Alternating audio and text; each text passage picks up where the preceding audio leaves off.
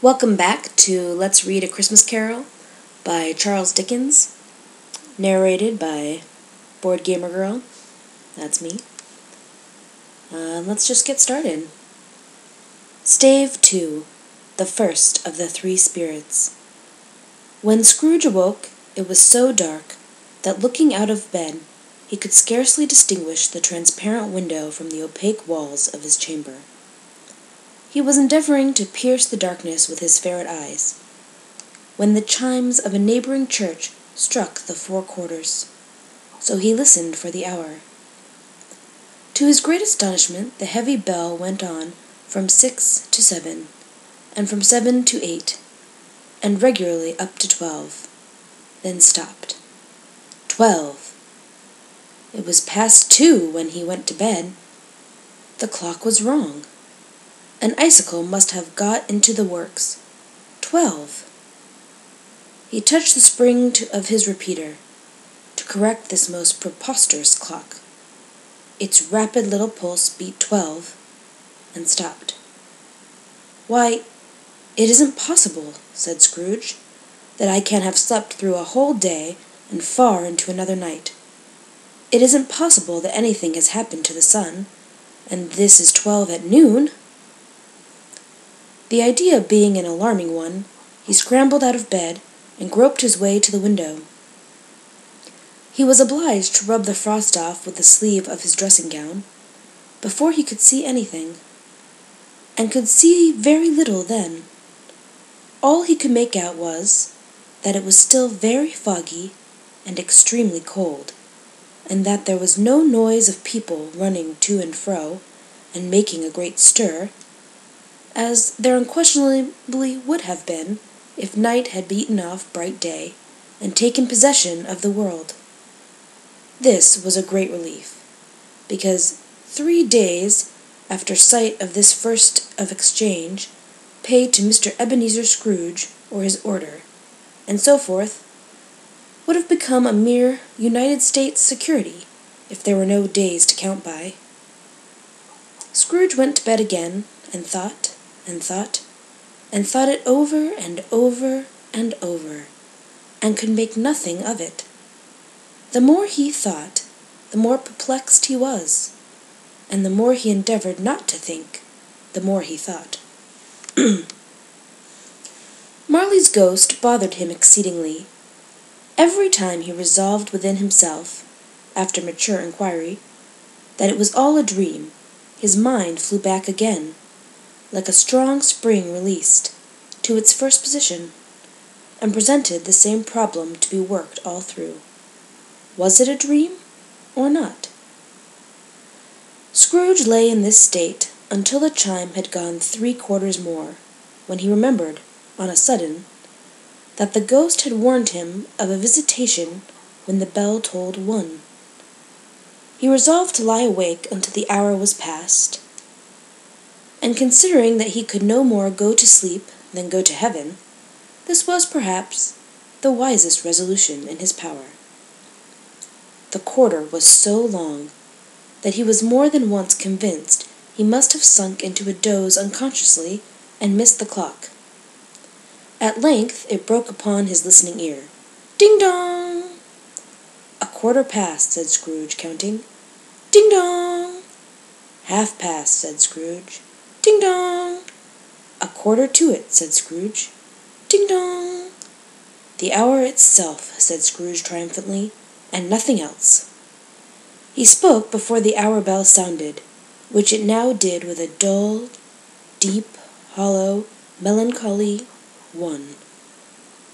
Light flashed up in the room upon the instant, and the curtains of his bed were drawn. The curtains of his bed were drawn aside, I tell you, by a hand. Not the curtains at his feet, nor the curtains at his back, but those to which his face was addressed. The curtains of his bed were drawn aside, and Scrooge, staring up into a half-recumbent attitude, found himself face to face with the unearthly visitor who drew them, as close to it as I am now to you, and I am standing in the spirit at your elbow. It was a strange figure, like a child, yet not so like a child as like an old man, viewed through some supernatural medium, which gave him the appearance of having receded from the view and being diminished to a child's proportions. Its hair, which hung about its neck and down its back, was white as if with age. And yet the face had not yet a wrinkle in it, and the tenderest bloom was on the skin. The arms were very long and muscular, the hands the same, as if its hold were of uncommon strength.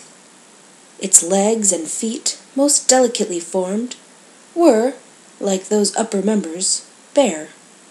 It wore a tunic of the purest white, and round its waist was bound a lustrous belt, the sheen of which was beautiful. It held a branch of fresh green holly in its hand, and, in singular contradiction of that wintry emblem, had its dress trimmed with summer flowers. But the strangest thing about it was, that from the crown of its head there sprung a bright, clear jet of light, by which all this was visible, and which was doubtless the occasion of its using, in its duller moments, a great extinguisher for a cap, which it now held under its arm. Even this, though, when Scrooge looked at it with increasing steadiness, was not its strangest quality. For as its belt sparkled and glittered now in one part and now in another, and what was light one instant, at another time was dark, so the figure itself fluctuated in its distinctness, being now a thing with one arm, now with one leg, now with 20 legs, now a pair of legs without a head, now a head without a body, of which dissolving parts no outline would be visible in the dense gloom wherein they melted away. And in the very wonder of this, it would be itself again, distinct and clear as ever.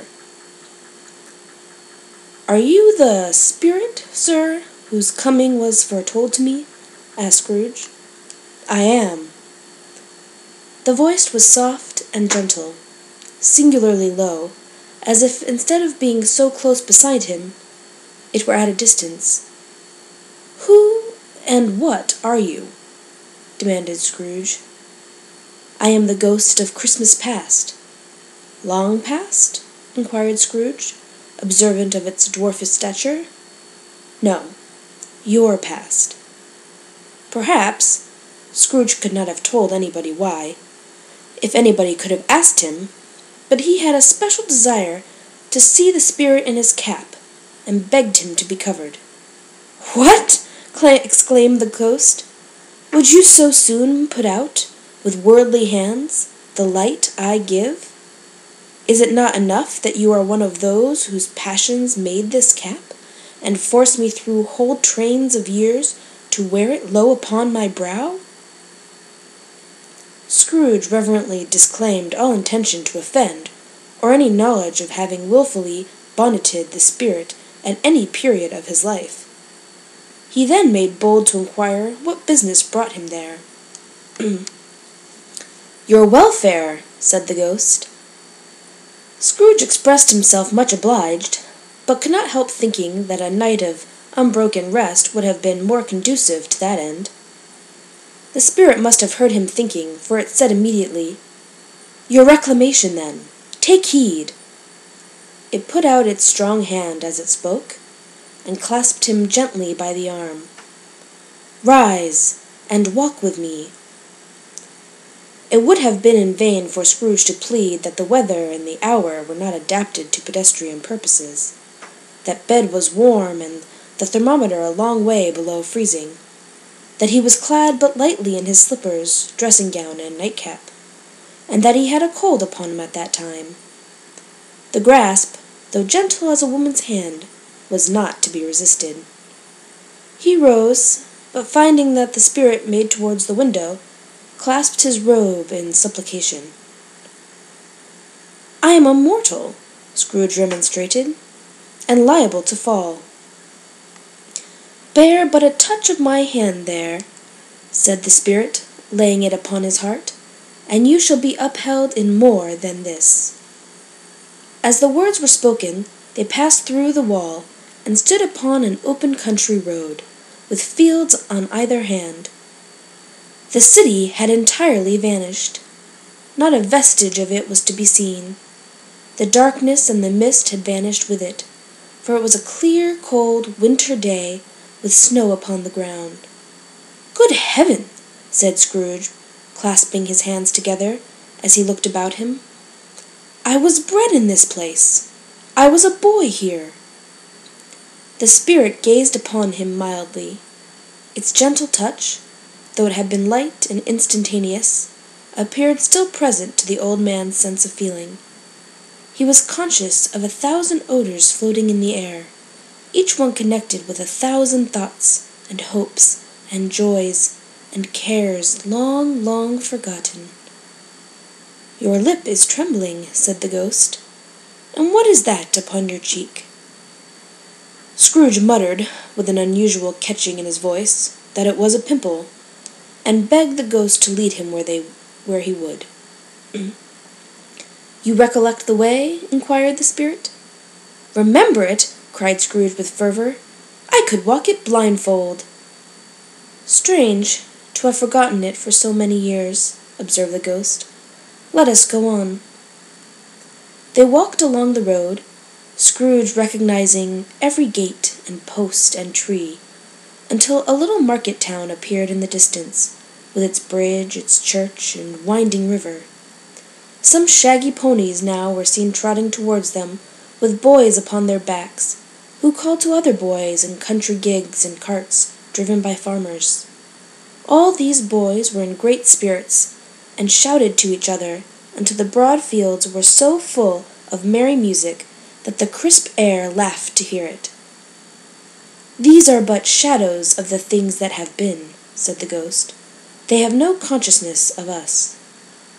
The jocund travelers came on, and as they came, Scrooge knew and named them every one. Why was he rejoiced beyond all bounds to see them? Why did this cold eye glisten and his heart leap up as they went past? Why was he filled with gladness when he heard them give each other Merry Christmas as they parted at crossroads and byways for their several homes? What was Merry Christmas to Scrooge? Out upon Merry Christmas! What good had it ever done to him? "The school is not quite deserted," said the ghost. "A solitary child, neglected by his friends, is left there still." Scrooge said he knew it, and he sobbed. They left the high road by a well-remembered lane, and soon approached a mansion of dull red brick, with a little weathercock-surmounted cupola on the roof, and a bell hanging in it. It was a large house, but one of broken fortunes, for the spacious offices were little used. Their walls were damp and mossy, their windows broken, and their gates decayed. Fowls clucked and strutted in the stables, and the coach-houses and sheds were overrun with grass. Nor was it more retentive of its ancient state within, for entering the dreary hall and glancing through the open doors of many rooms, they found them poorly furnished, cold, and vast. There was an earthy savour in the air, a chilly bareness in the place, which associated itself somehow with too much getting up by candlelight, and not too much to eat. They went, the ghost and Scrooge, across the hall to a door at the back of the house. It opened before them, and disclosed a long, bare, melancholy room, made barer still by lines of plain deal forms and desks. At one of these a lonely boy was reading near a feeble fire, and Scrooge sat down upon a form, and wept to see his poor forgotten self as he used to be. Not a latent echo in the house, not a squeak and scuffle from the mice behind the paneling, not a drip from the half-thawed water-spout in the dull yard behind, not a sigh among the leafless boughs of one despondent poplar, not the idle swinging of an empty storehouse door. No, not a clicking in the fire, but fell upon the heart of Scrooge with a softening influence, and gave a freer passage to his tears. The spirit touched him on the arm, and pointed to his younger self, intent upon his reading. Suddenly a man, in foreign garments, wonderfully real and distinct to look at, stood outside the window, with an axe stuck in his belt, and leading by the bridle an ass laden with wood. "Why, it's Ali Baba!" Scrooge exclaimed in ecstasy. "It's dear old honest Ali Baba. Yes, yes, I know. One Christmas time, when yonder solitary child was left here all alone, he did come, for the first time, just like that. Poor boy!" "And Valentine," said Scrooge, "and his wild brother Orson. There they go! And what's his name? Who was put down in his drawers, asleep, at the gate of Damascus? Don't you see him? And the Sultan's groom, turned upside down by the genie? There he is upon his head. Serve him right. I'm glad of it. What business had he to be married to the princess?" To hear Scrooge expending all the earnestness of his nature on such subjects, in a most extraordinary voice between laughing and crying, and to see his heightened and excited face, would have been a surprise to his business friends in the city indeed. "There's the parrot!" cried Scrooge. "Green body and yellow tail, with a thing like a lettuce growing out of the top of his head. There he is! Poor Robin Crusoe, he called him, when he came home after sailing around the island. Poor Robin Crusoe! Where have you been, Robin Crusoe?" The man thought he was dreaming, but he wasn't. It was the parrot, you know. There goes Friday, running for his life to the little creek. "Halloa! Hoop halloo!" Then, with a rapidity of transition very foreign to his usual character, he said, in pity for his former self, "Poor boy!" and cried again. "I wish," Scrooge muttered, putting his hand in his pocket, and looking about him after drying his eyes with his cuff, "but it's too late now." "What is the matter?" asked the spirit. "Nothing," said Scrooge. "Nothing. There was a boy singing a Christmas carol at my door last night. I should like to have given him something. That's all." The ghost smiled thoughtfully, and waved its hand, saying as it did so, "Let us see another Christmas." Scrooge's former self grew larger at the words, and the room became a little darker and more dirty. The panels shrunk, the windows cracked, fragments of plaster fell out of the ceiling, and the naked laths were shown instead. But how all this was brought about, Scrooge knew no more than you do. He only knew that it was quite correct, that everything had happened so, that there he was, alone again, when all the other boys had gone home for the jolly holidays. He was not reading now, but walking up and down despairingly. Scrooge looked at the ghost, and with a mournful shaking of his head, glanced anxiously towards the door. It opened, and a little girl, much younger than the boy, came darting in, and putting her arms around his neck, and often kissing him, addressed him as her dear, dear brother. "I have come to bring you home, dear brother," said the child, clapping her tiny hands, and bending down to laugh. "To bring you home, home, home." "Home, little Fan?" returned the boy.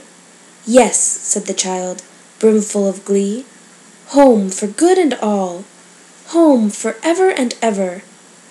Father is so much kinder than he used to be. That home's like a heaven. He spoke so gently to me one dear night when I was going to bed, that I was not afraid to ask him once more if you might come home. And he said yes, you should, and sent me in a coach to bring you. And you are to be a man," said the child, opening her eyes, "and are never to come back here. But first we're to be together all the Christmas long, and have the merriest time in all the world."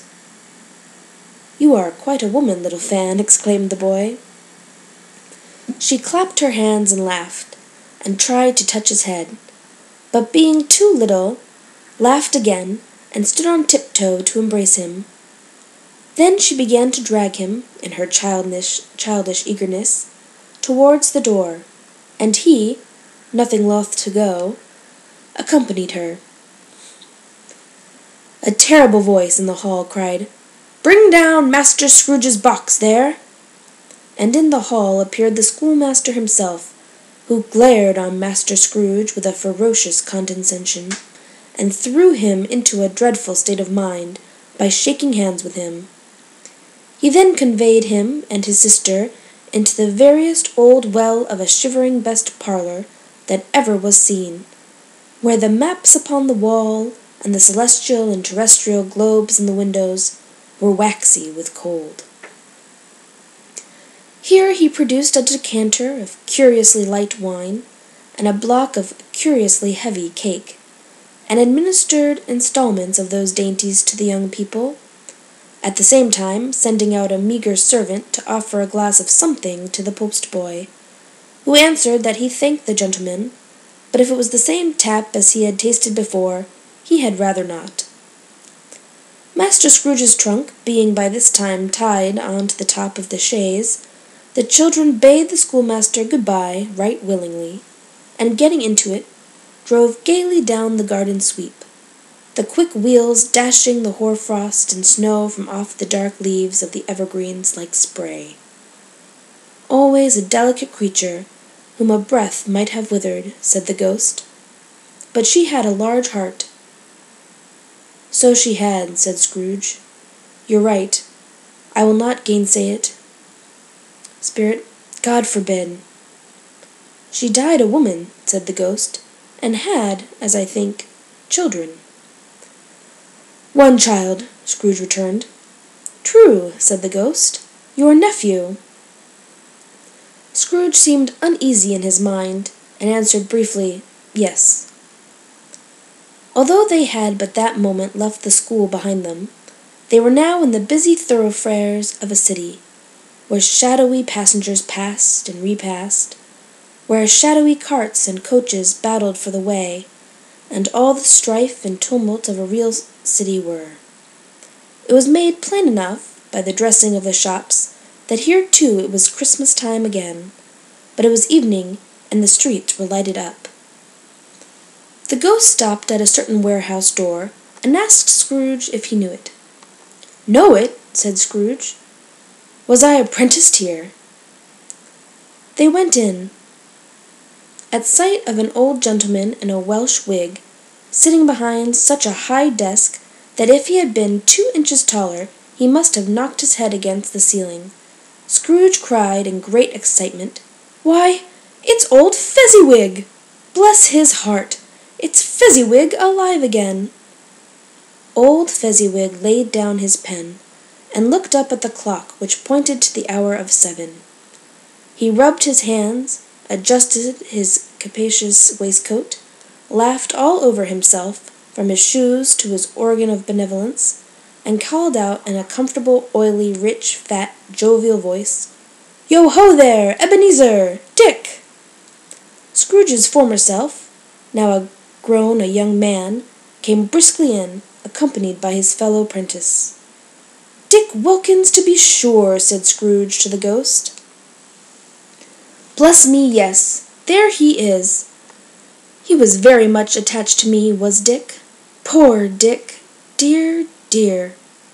"Yo-ho, my boys!" said Fezziwig. "No more work to-night. Christmas Eve, Dick! Christmas, Ebenezer! Let's have the shutters up," cried old Fezziwig, with a sharp clap of his hands, "before a man can say Jack Robinson." You wouldn't believe how those two fellows went at it. They charged into the street with the shutters, 1, 2, 3, had 'em up in their places, 4, 5, 6, barred 'em and pinned 'em, 7, 8, 9, and came back before you could have got to 12, panting like racehorses. "Hilly-ho!" cried old Fezziwig. skipping down from the high desk with wonderful agility. "Clear away, my lads, and let's have lots of room here. Hilly-ho, Dick! Cheer up, Ebenezer!" Clear away! There was nothing they wouldn't have cleared away, or couldn't have cleared away, with old Fezziwig looking on. It was done in a minute. Every movable was packed off, as if it were dismissed from public life for evermore. The floor was swept and watered, the lamps were trimmed, fuel was heaped upon the fire, and the warehouse was as snug and warm and dry and bright a ballroom as you would desire to see upon a winter's night. In came a fiddler with a music-book, and went up to the lofty desk, and made an orchestra of it, and tuned like 50 stomach-aches. In came Mrs. Fezziwig, one vast substantial smile. In came the 3 Miss Fezziwigs, beaming and lovable. In came the 6 young followers whose hearts they broke. In came all the young men and women employed in the business. In came the housemaid with her cousin the baker. In came the cook with her brother's particular friend the milkman. In came the boy from over the way, who was suspected of not having board enough from his master, trying to hide himself behind the girl from next door but one, who was proved to have had ears pulled by her mistress. In they all came, one after another, some shyly, some boldly, some gracefully, some awkwardly, some pushing, some pulling. In they all came, anyhow and everyhow. Away they all went, 20 couple at once, hands half round and back again the other way, down the middle and up again, round and round, in various stages of affectionate grouping. Old top couple was always turning up in the wrong place, new top couple starting off again, as soon as they got there, all top couples at last, and not a bottom one to help them. When this result was brought about, old Fezziwig, clapping his hands to stop the dance, cried out, "Well done!" and the fiddler plunged his hot face into a pot of porter, especially provided for that purpose. But scorning rest, upon his reappearance, he instantly began again, though there were no dancers yet, as if the other fiddler had been carried home, exhausted, on a shutter, and he were a brand-new man resolved to beat him out of sight, or perish. There were more dances, and there were forfeits, and more dances, and there were cakes, and there was a negus, and there was a great piece of cold roast, and there was a great piece of cold boiled, and there were mince pies, and plenty of beer.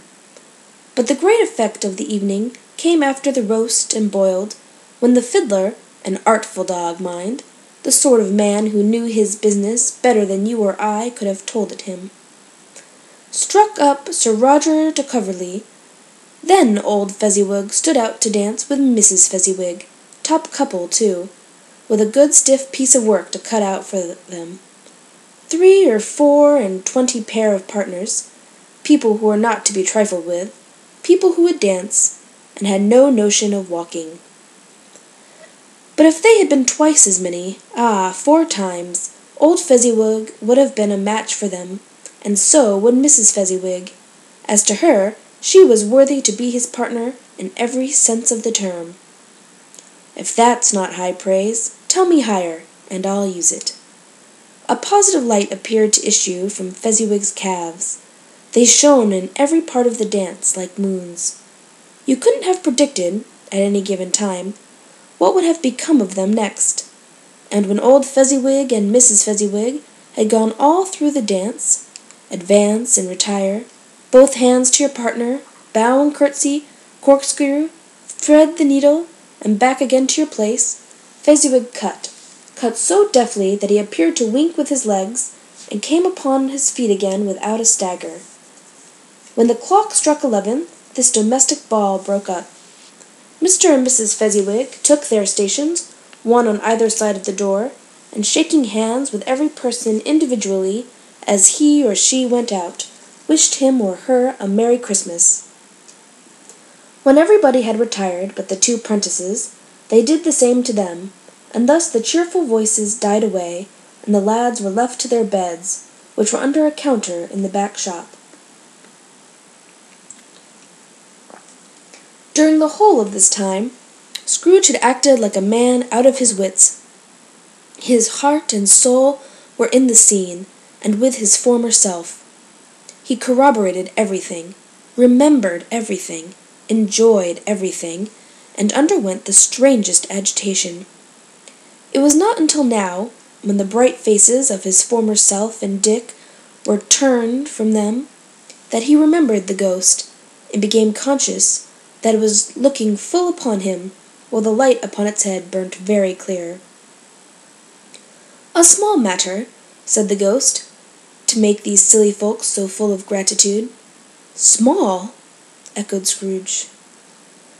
The spirit signed to him to listen to the two apprentices, who were pouring out their hearts in praise of Fezziwig, and when he had done so, said, "Why, is it not? He has spent but a few pounds of your mortal money, 3 or 4 perhaps. Is that so much that he deserves this praise?" "It isn't that," said Scrooge, heated by the remark, and speaking unconsciously like his former, not his latter, self. "It isn't that, spirit. He has the power to render us happy or unhappy, to make our service light or burdensome, a pleasure or a toil. Say that his power lies in words and looks, in things so slight and insignificant that it is impossible to add and count 'em up. What then? The happiness he gives is quite as great as if it cost a fortune." He felt the spirit's glance, and stopped. "What is the matter?" asked the ghost. "Nothing particular," said Scrooge. "Something, I think," the ghost insisted. "No," said Scrooge. "No, I should like to be able to say a word or two to my clerk just now. That's all." His former self turned down the lamps as he gave utterance to the wish, and Scrooge and the ghost again stood side by side in the open air.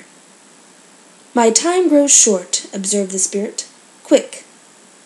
This was not addressed to Scrooge, or to anyone whom he could see, but it produced an immediate effect, for again Scrooge saw himself. He was older now, a man in the prime of life.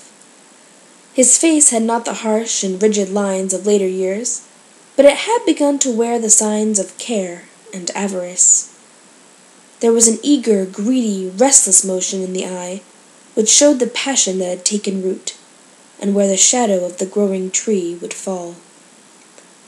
He was not alone, but sat by the side of a fair young girl, in a mourning dress, in whose eyes there were tears, which sparkled in the light that shone out of the ghost of Christmas past. "It matters little," she said softly. "To you, very little. Another idol has displaced me, and if it can cheer and comfort you in time to come, as I would have tried to do, I have no just cause to grieve." "What idol has displaced you?" he rejoined. "A golden one." "This is the even-handed dealing of the world," he said. "There is nothing on which it is so hard as poverty, and there is nothing it professes to condemn with such severity as the pursuit of wealth." "You fear the world too much," she answered gently. "All your other hopes have merged into the hope of being beyond the chance of its sordid reproach.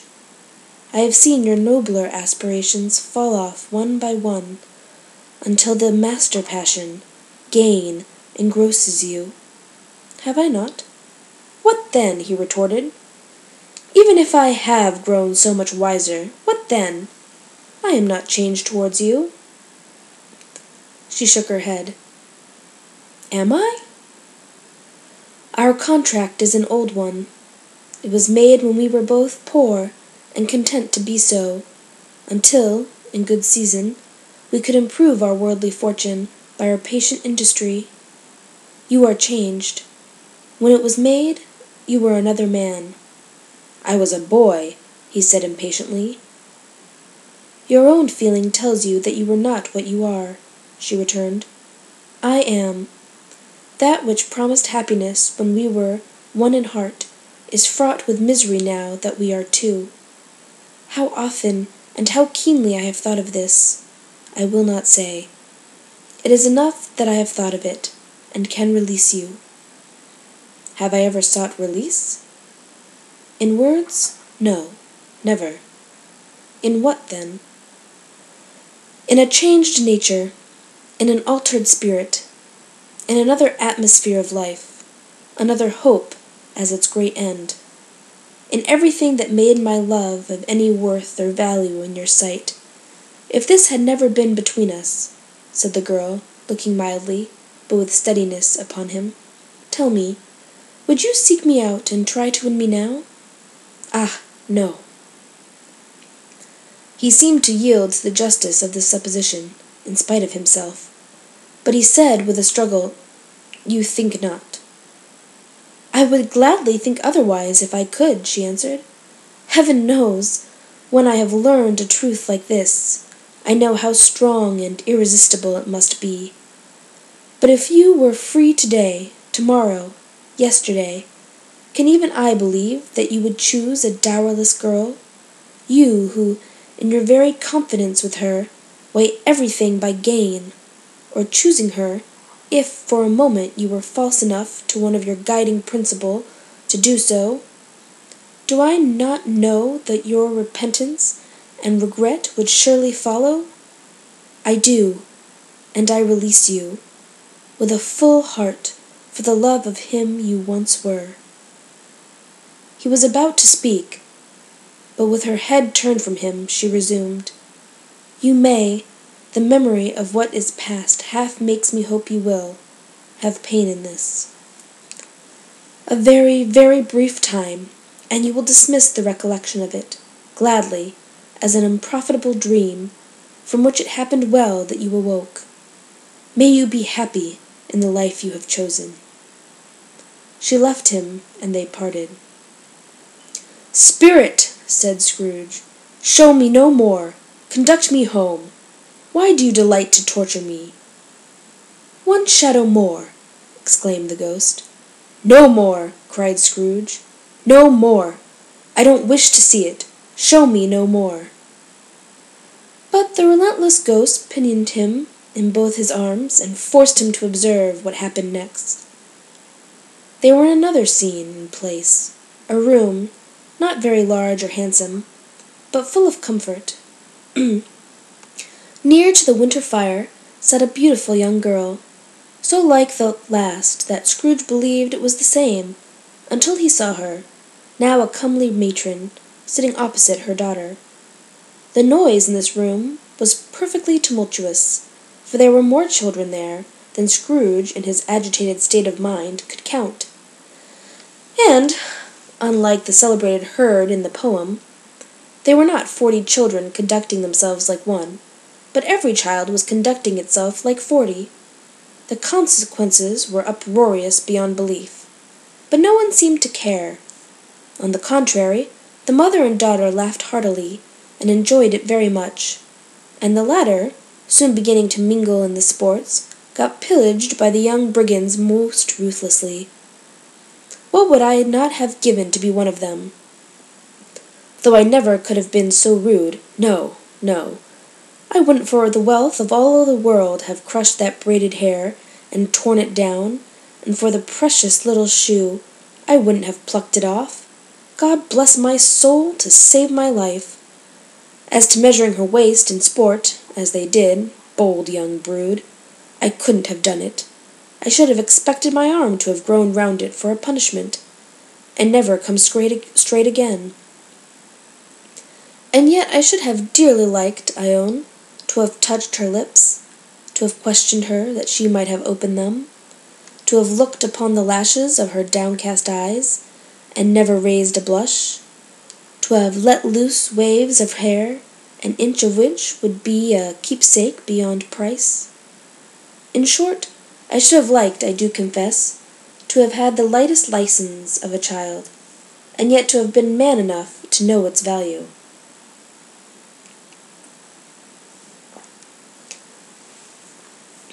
But now a knocking at the door was heard, and such a rush immediately ensued that she, with laughing face and plundered dress, was borne towards it the centre of a flushed and boisterous group, just in time to greet the father, who came home attended by a man laden with Christmas toys and presents.